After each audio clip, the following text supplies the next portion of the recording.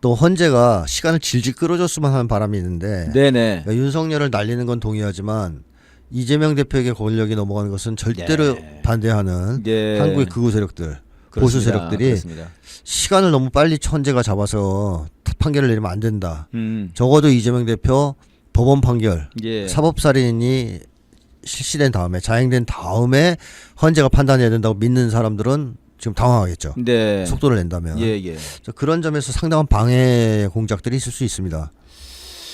여기서 이제 그 미국 얘기가 나왔습니다만은 미국이 이번에 의회 조사국 여기에서 이제 이재명이 싫다. 그렇죠. 그 얘기죠. 이런 얘기를 해버렸어요, 선생님.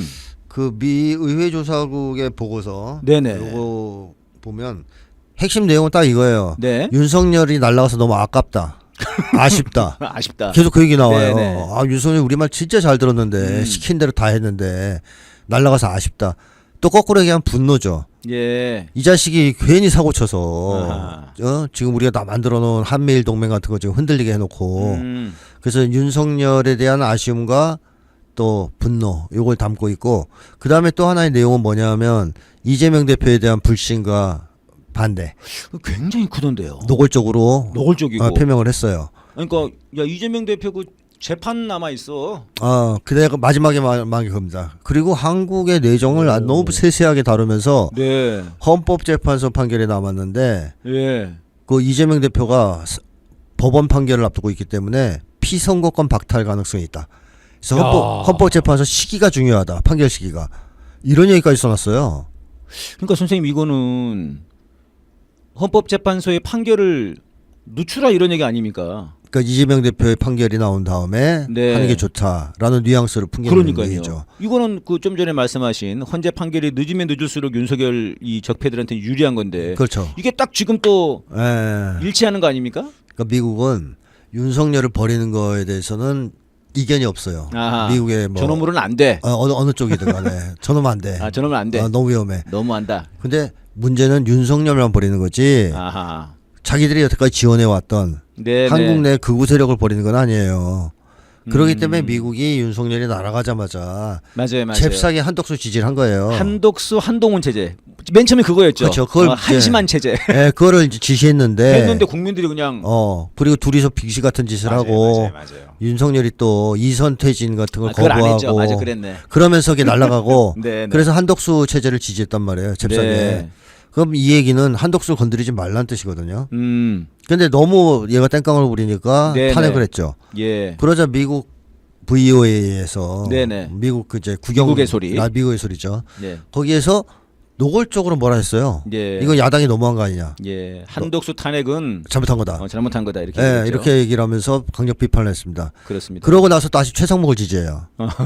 다 이제 자기들 꼬봉이니까 우리 꼬봉이들 건드리지 말라 이런 얘기인데 최상목을 지지해서 민주당에서 또 최상목을 일단 믿어주고 한번 해봐라 그랬더니 또 뒤통수 쳤잖아요. 뒤통수를 크게 친 거죠. 그렇죠. 특검 받아주지도 않고. 그래서 이재명 대표가 화가 나서 탄핵 비슷한 언급을 하자 난리가 났죠. 바로 국내에서도 반대 의견이 막 터져 나오고 미국에서도 최상목 지지를 하려고 블링컨이 날라왔습니다. 직접 날라와서 블링컨이 온 이유가 거기 있다고 보시는 거군요. 저는 그게 크다고 봐요. 최상목에 힘을 실어주고 힘을 실어주려고 한국 정계 개편에 대한 모종의 지시를 하기 위해서 왔을 수 있다. 그렇게 본다면 미국 입장이 분명히 드러나는 건데 미국은 한국의 극우 세력의 몰락을 바라지 않는다. 그래서 최대한 이재명 대표를 사법살인하고 헌재 판결을 늦추고 사법살인하고 그래서 이재명 대표가 없는 조건에서 대선 치르기를 바라는 거고 근데 그럼에도 불구하고 보수가 재집권하기는 어려울 수 있단 말이에요. 선생님 오늘 뭐 여론조사 보니까 김문수가 1위라는데요. 그래요? 하여튼 그렇게 됐을 때 재집권하기가 어려워졌을 때는 뭐 누구를 밀더라도 이재명 대표보다는 낫다고 보는 것이고 혹시 그것까지 실패해서 사법살인에 실패해서 이재명 대표가 대권 주자로서 당선이가 확실시된다 하면 그때 이제 길들이기를 집중적으로 하려고 하겠죠. 이런 식으로 아마 플랜을 쫙 짜놓고 시도하고 있을 텐데 현재는 어쨌든 입장은 윤석열 일당을 보호한다. 이게 이제 미국 입장이라고 보면 됩니다. 그러면 윤석열이 지금 이거를 믿고 있는 것도 있겠네요, 그럼. 보수층이 그거 믿는 게 있어요. 네, 그래서 이렇게 성조기를 들고. 네, 윤석열만 버린 거지 우리를 다 버린 게 아니야. 아, 우리를 다 버린 것은 아니다고 하는 믿음. 네. 그 이제 저는 궁금한 게, 이 미국 의회 조사국에서 낸 건데요. 네. 우선은 왜 이재명을 이렇게 싫어하냐. 이게 좀 궁금해요. 이재명은 기본적으로 공익 추구형 정치인이잖아요. 네.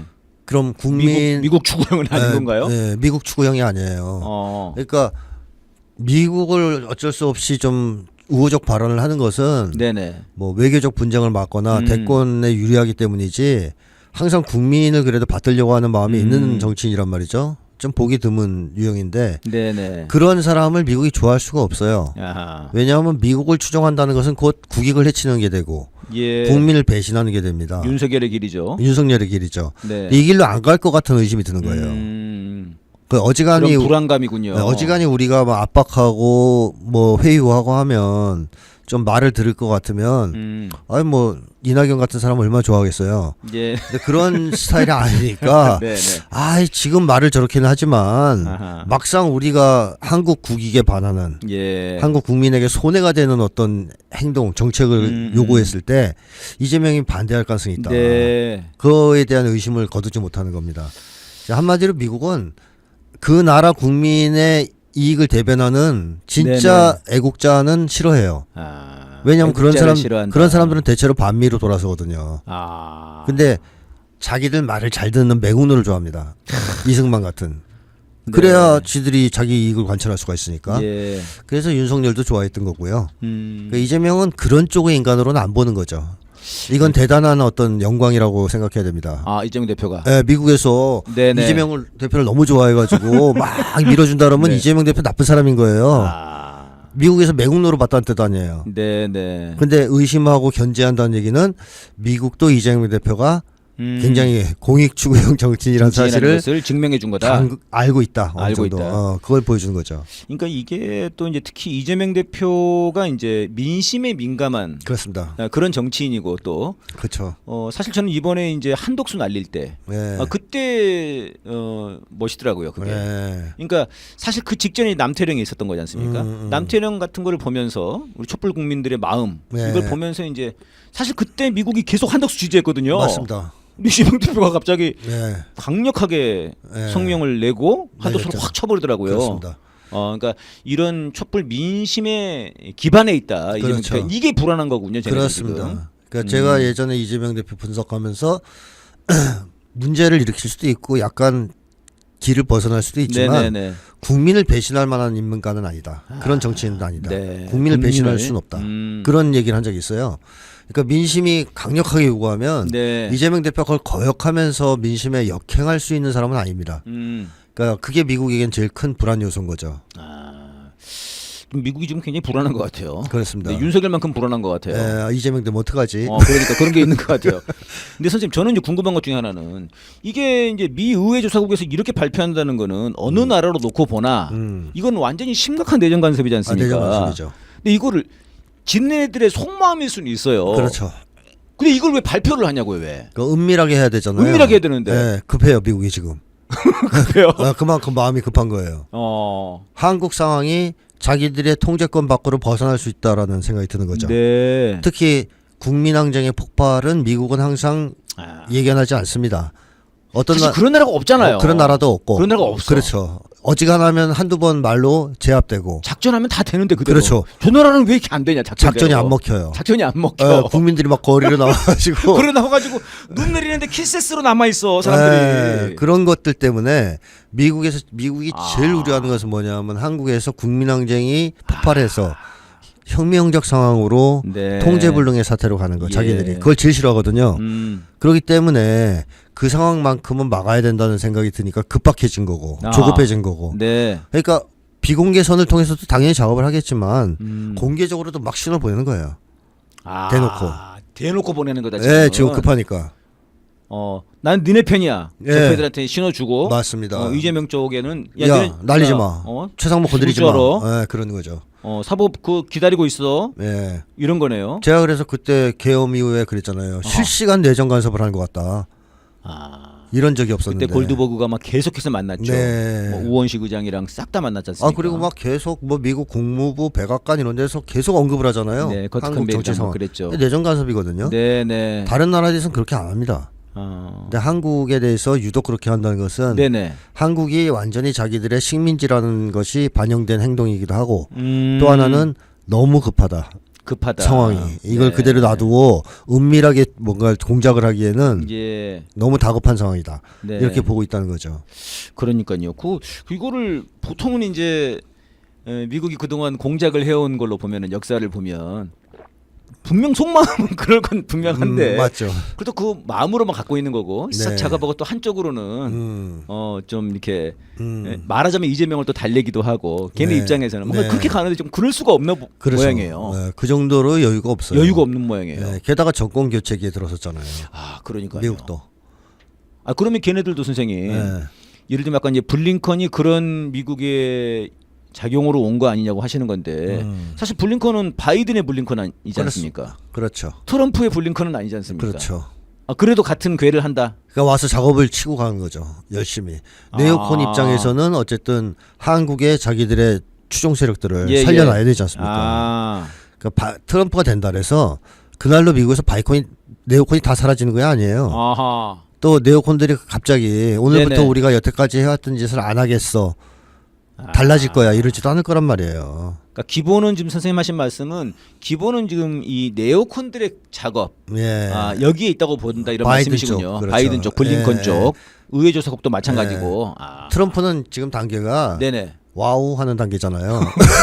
아니 일론 머스크가 예. 이 스탑 더 스틸 그 들고 있으니까 그거를 공유하면서 와우 이렇게 했다고 그렇죠. 하더라고요. 근데 계엄 해제됐을 때도 와우 했어요. 걔는 약간 그 그냥 와우밖에 모르나 봐요. 그냥 와우예요. 걔가 진짜 들소 아니에요 혹시 일론 머스크가? 그러니까 일론 머스크가 뭐라 그랬냐면 내막을 알고 싶다 그랬나?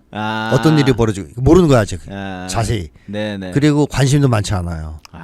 트럼프 쪽은 아마도 제가 볼 땐 그럴 거예요. 트럼프의 어떤 스타일상 니네끼리 지지고 볶고 내전을 하든 말든 싸워서 이기는 놈이 와라 나한테. 그런 쪽. 그 대신 전쟁만큼은 막겠다. 한반도에서 전쟁이 터지면 곤란하니까. 트럼프 입장은. 네. 그래서 이번에 계엄 사태에서도 트럼프 쪽 역량이 총동원돼서 어떻게 계엄을 좀 저지하는 쪽으로 작용했다는 얘기가 있는데 어쨌든 한국에서 전쟁이 한반도에서 발발하는 것은 막으려고 하겠지만 일일이 정치 쪽에 개입을 해서 누가 이기고 지도록 할 정도의 정보력이나 이런 쪽은 없고 관심도 크지 않다. 그냥 지지고 볶고 싸워서 이기는 놈이 오면 그때 상대하겠다는 그런 입장이 크다라고 보여집니다. 그러면은 미국의 그 기본 힘은 이 네오콘이라고 봐야 되는 거군요, 선생님. 현재까지 그렇죠. 왜냐하면 기본 힘은 기득권이라고 하면 미국의 주류 세력이잖아요. 미국 건국 이후 지금까지 미국을 지배했던 주류 세력이에요. 우리로 치면은 이 적폐들의 기득권 체제. 그렇습니다. 이것처럼 그 중에 핵심 세력들인 그렇습니다. 거죠. 네, 그러네요. 그리고 뭐 어찌 보면은 딥스테이트라고 불리던 미국을 지배하는 실질적인 지배자들입니다. 이해 좀 이해가 됐습니다. 트럼프는 거기에서 등장한 새로운 지배 세력 중에 일탈된 그룹이에요. 네. 그러나 지배 세력이고 새로 이제 그 세력이 커지면서 네오콘과 대결을 할 정도까지 이 세력이 팽창한 거지. 사실 처음에 트럼프가 등장했던 1기 때에는 그 세력이 미미했기 때문에 트럼프가 네오콘들에게 포위당해서 아무것도 못했어요. 그러니까 트럼프가 이번에 네오콘하고 일전을 불사할 각오를 가지고 벼르고 이제 있지 않습니까? 근데 그런 정도로 이제 대등하게 한번 싸움을 해볼 정도로는 성장한 거지. 사실상 주류 세력이 아니에요. 기득권 네오콘입니다. 주류는 네오콘이다. 그러니까 지금 우크라이나에서 전쟁을 계속하고 있는 쪽, 중동에서 전쟁을 계속하는 쪽, 한반도의 긴장 구조를 계속 추진해왔던 쪽은 다 네오콘입니다. 그렇군요. 그러니까 이 사람들이 갑자기 트럼프 취임을 앞두고 손을 다 털지는 않겠죠. 예.